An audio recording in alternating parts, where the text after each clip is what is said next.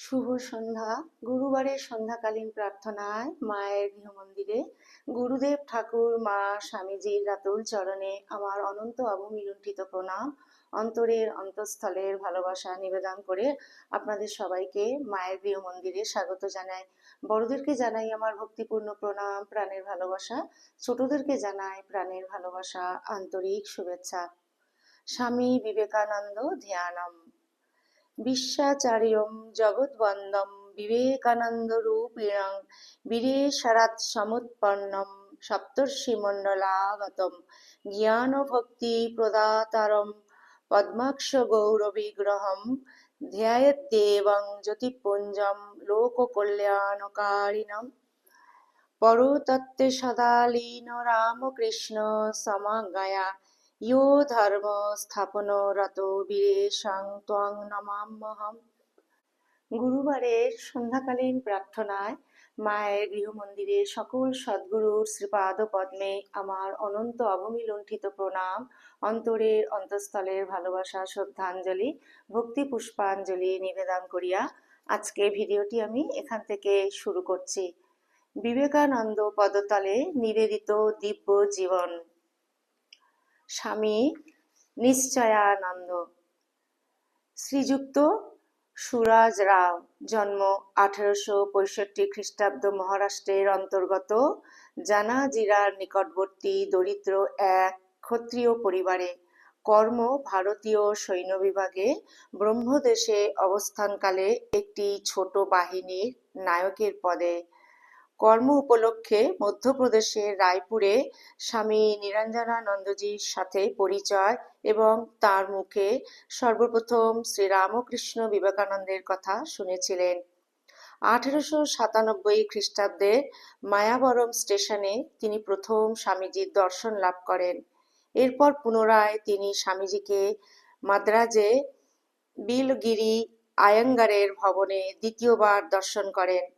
1901 খ্রিস্টাব্দ বহু কষ্টে সৈন্য বিভাগের কর্মে ইস্তফা দিয়ে তিনি বেলুড় মঠে স্বামীজির পদপ্রান্তে উপস্থিত হন।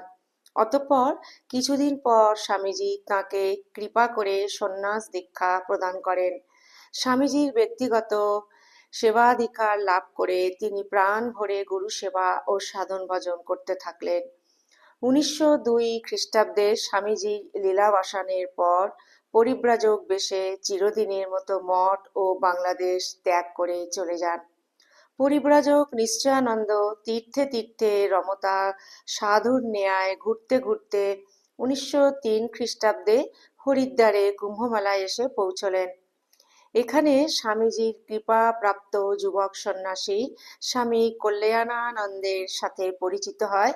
ঘোরাঘুরির অবসান করে তার সহযোগী রূপে কঙ্খল সেবাশ্রমে যোগ দেন।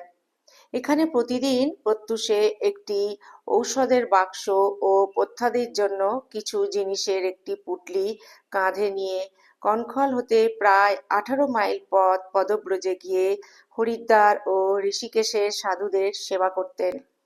ঔষধ পথ্যাদির জন্য ভিক্ষা করে অর্থ ও দ্রব্য সংগ্রহ করা, রোগীর মল মূত্র পরিষ্কার করা। এছাড়া কোনো সাধুর দেহান্ত হলে শবদেহ গঙ্গায় সলিল সমাধি দিতেন। অতিশয় গোঁড়া দশনামী সাধুর দল ঘৃণায় ও ঈর্ষায় তাঁদের এই সেবাকে ম্যাথরের কাজ বলে আখ্যা দিয়েছিলেন। সেবাশ্রমের গৃহাদি নির্মাণের তদ্বির, উদ্যান পরিচর্যা, হিসাব সংরক্ষণ ইত্যাদি নানা কাজে প্রভাত হতে রাত্রি পর্যন্ত ব্যস্ত থেকেও তিনি ছিলেন ধ্যানী ও যাপক। 1932 খ্রিস্টাব্দে ব্যাধির জটিলতা সত্ত্বেও স্বামীজির কর্ম হতে স্বেচ্ছায় অবসর লন নাই। দেহত্যাগের 2 সপ্তাহ পূর্বেও সেবাশ্রমের হিসাবপত্র দেখতেন।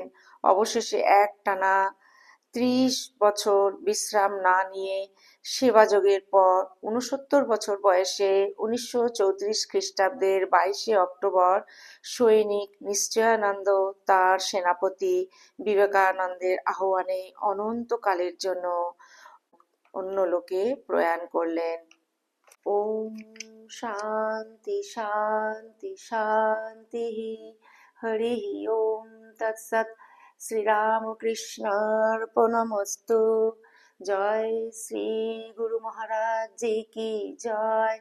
জয় মহামাই কি জয়। জয় স্বামীজি মহারাজ জি কি জয়।